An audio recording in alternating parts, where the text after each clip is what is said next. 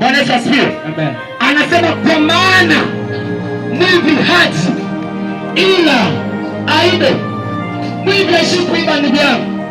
Jambo la pili, achinje, na mwivi haishi kuchinja. Jambo la tatu, aharibu. Unamjua huyu mwivi ni nani? Unamjua huyu mharibifu ni nani?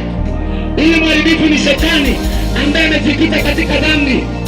Ina maana unapoikimbilia dhambi, unapokimbilia uovu, ina maana unakuwa unaikimbilia ile dhambi, na ile dhambi ndio inaleta uharibifu. Ile dhambi ndio inaiba. Kuna vitu ambavyo ulitakiwa ufanikiwe, lakini maisha yako yamekuwa ya taabu sana, lakini maisha yako yamekuwa ambayo hayafurahishi. Hautamani kumwelezea mtu yote historia maisha yako, kwa sababu una ile dhambi, na dhambi ana baba yake ambaye ni Shetani, na huyo Shetani kazi yake ni kukutisha tu, anaiba vile vitu ambavyo Mungu aliweka ndani yako. Unajua ya kwamba wewe ni mtu wa kipekee sana. Unajua ya kwamba wewe ni mtu kwa sura na mfano wa Mungu. Kitabu cha Mwanzo sura ya kwanza ule mstari wa 26 ndio anasema na tumfanye mtu kwa sura na mfano wetu. Wewe ni sura halisi ya Mungu, lakini umemwacha Mungu, umeikataa kweli ya Mungu, hausikii tena, umekuwa na tamani dhambi tu. Unaijua kabisa ipo neema ambayo inakusaidia kushinda, unajua kabisa Yesu yupo.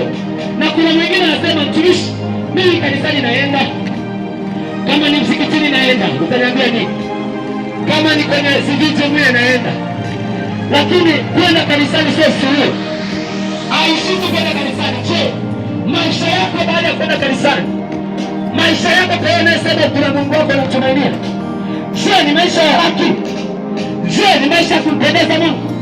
Ina maana tunaona unapoikumbatia dhambi unamkumbatia Shetani, na Shetani anakuwa rai yako. Anasema kazi yake ni kuiba. Mungu kuna vitu vingi ameweka ndani yako.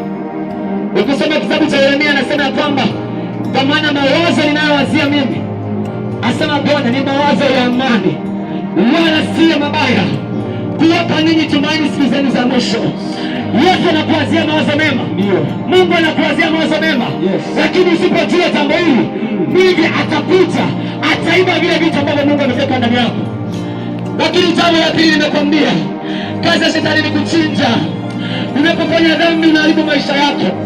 Hivyo angalia, huo uzinzi ambao unasema huwezi kuacha, huo ulevi ambao unasema huwezi kuacha, huo wizi ambao unasema huwezi kuacha, huo uongo, unajua kabisa, najua mwenyewe hapo umekosea, lakini umekataa kumwelekea Yesu.